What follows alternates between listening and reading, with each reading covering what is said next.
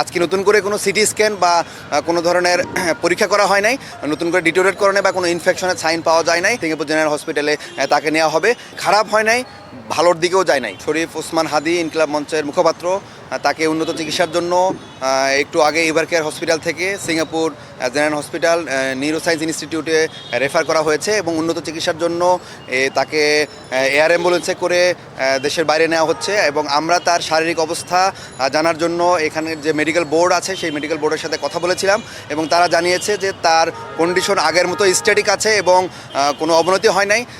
তার পালস 69 ছিল, blood pressure 100/60 ছিল এবং অক্সিজেন স্যাচুরেশন 99। তার কিডনি ফাংশন আগের মতোই নর্মাল ফাংশন মেনটেন করছে। তার ফুসফুসে যে সমস্যা ছিল সেগুলো আগের মতোই আছে, কিন্তু নতুন করে ডিটোরেট করে বা কোনো ইনফেকশনের সাইন পাওয়া যায় নাই। তার ব্রেনের যে কন্ডিশনটা ছিল আমরা জেনেছি যে আজকে নতুন করে কোনো সিটি স্ক্যান বা কোনো ধরনের পরীক্ষা করা হয় নাই। তবে তার ব্রেনের যে নর্মাল আগের যে কন্ডিশন ছিল, তার পিউপিলটা যেভাবে ছিল আগের মতো তার GCS3 আছে।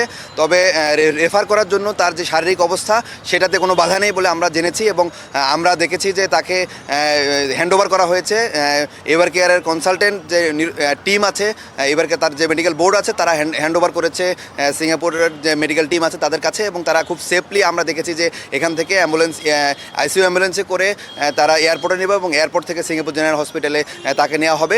এবং আমরা ওখানে সিঙ্গাপুর জেনারেল হসপিটালের ডক্টরদের সাথে কথা বলেছি, আমাদের কানেক্টিভিটি যারা আছে তারা বলেছেন যে ওইখানে উন্নত চিকিৎসা নিতে আমাদের আসলে দেশের সাথে খুব বেশি হয়তো পার্থক্য হবে না। তবে আমরা দেখেছি যে বাংলাদেশের যে ইনফেকশন যে রেট, বিভিন্ন অপারেশন থিয়েটারের যে ইনফেকশন রেট বাংলাদেশেরটা কম্পারেটিভলি বেশি, সিঙ্গাপুরে সেটা কম। এবং আমরা আসার যে কথাগুলো আমরা বলেছি যে এরকম আসলে রোগীর ক্ষেত্রে আসলে নিউরোসার্জিক্যাল আউটকামটা কী হবে। আমরা একজন নিউরোসার্জারি ডক্টর হিসেবে বলতে চাই যে আউটকামের ক্ষেত্রে আসলে আমি যদি ডক্টর হিসেবে বলতে চাই তাহলে হয়তো খুব বেশি আশা আমরা দেখতে পাচ্ছি না। তার নিউরোসার্জিক্যাল যে রেসপন্সটা প্রথম যেভাবে আছে ঠিক এখনও হিসেবে আছে, কিন্তু একজন অ্যাক্টিভিস্ট হিসেবে এবং জুলাইয়ের পক্ষে শক্তি হিসেবে আমি দেখছি যে অনেক কিছু মিরাকেল হতে পারে। আমরা দেখেছি এর আগে জুলাই আগস্ট মাসে ঢাকা মেডিকেল কলেজে আমরা এরকম অনেক রোগীর অপারেশন করেছি, যাদের বুলেট ইঞ্জুরি হয়েছিল, ব্রেনে বুলেট লেগে এক পাশ থেকে আরেক পাশে চলে গিয়েছে, তাদেরও কিন্তু আউটকাম আমরা দেখেছি যে কিছু কিছু ক্ষেত্রে রিভার্স করছে। এবং আমরা দেখেছি কাজল নামে একটা রোগী আমরা অপারেশন করেছিলাম নিউরোসায়েন্স থেকে, তাকে রেফার করা হয়েছে, সে কিন্তু এখন হাঁটাচলা করে। তো এইসব ক্ষেত্রে আমরা আসলে আশা দেখতে পাই যে আসলে আমরা চাই সবাই এবং দেশবাসীর দোয়া আছে এবং আপনাদের সবার দোয়া আছে যে ওসমান হাদি আবার কামব্যাক করবে ইনশাল্লাহ। আমরা সবাই তার জন্য দোয়া করব এবং তার একটা সুস্থ স্বাভাবিক জীবনে ফিরে আসার জন্য আমরা সবাই প্রত্যাশা করি। বাত ব্যথা, প্যারালাইসিস কিংবা আর্থ্রাইটিস, আধুনিক ফিজিওথেরাপি ও পুনর্বাসন চিকিৎসায় নির্ভরযোগ্য নাম DPRC। জি, তার সাথে তার পরিবারের 2 জন সদস্য যাচ্ছে, তার ভাইয়েরা যাচ্ছে। তারপরে আমরা সার্বক্ষণিক যোগাযোগ রাখছি, আমরা আমাদের টিম যারা আছেন তাদের সাথে যোগাযোগ রাখছি। যদি কোনো ধরনের কোনো ক্রাইসিস ডেভেলপ করে তাহলে আমরা আসলে যে কোনোটা ম্যানেজ করার জন্য প্রস্তুত আছে বলে মনে করি। এবং তার যে চিকিৎসার ব্যয়ভার আমরা সরকারের বিভিন্ন মহল থেকে আমরা স্বাস্থ্য উপদেষ্টা সাইদুর রহমান স্যারের সাথে কথা বলেছি এবং তিনি জানিয়েছেন যে এই পুরোটা ব্যয়ভার সরকার বহন করবে এবং এখন থেকে তার পুরো চিকিৎসা প্রসিডিউরটা পুরোটা ব্যয়ভারই সরকার বহন করবে। এবং এভার কেয়ারে যে খরচ হয়েছে বিভিন্ন পক্ষ তাকে সহযোগিতা করেছে এবং সরকারের পক্ষ থেকে জানানো হয়েছে যে সেই ব্যয়ভারটাও তারা যেসব পক্ষ তাকে ফাইন্যান্স করেছে তাদেরকে তারা ফেরত দিবে বলে আমরা আশ্বাস পেয়েছি। মেডিকেল বোর্ড অফিসিয়ালি হ্যান্ডওভার করেছে এভার কেয়ারের টিম, সিঙ্গাপুরের থেকে যে ওইখানে এক্সপার্টরা এসেছেন তাদেরকে হ্যান্ডওভার করেছে। বাংলাদেশ থেকে কোনো ডক্টর তার সাথে যাচ্ছে না।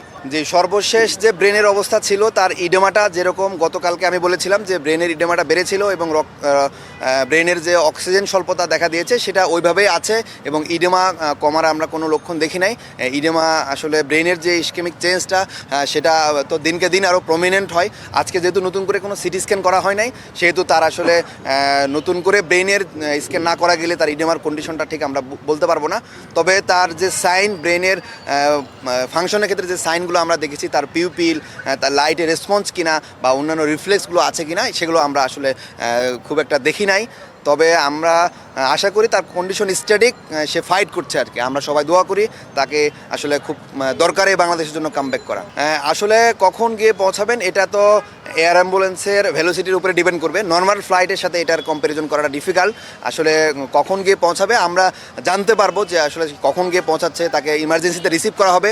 সাধারণ মানুষ যে মেডিকেল টার্ম বাদ দিয়ে যদি আমি সাধারণভাবে বলি তার অবস্থা ক্রিটিক্যাল বাট স্ট্যাটিক, ডিটোরিয়েট করে নাই, খারাপ হয় নাই, ভালোর দিকেও যায় নাই। প্রথম যেদিন আমরা তাকে রিসিভ করেছিলাম যে অবস্থায় ছিল এই অবস্থায় আছে, তবে ক্রিটিক্যাল।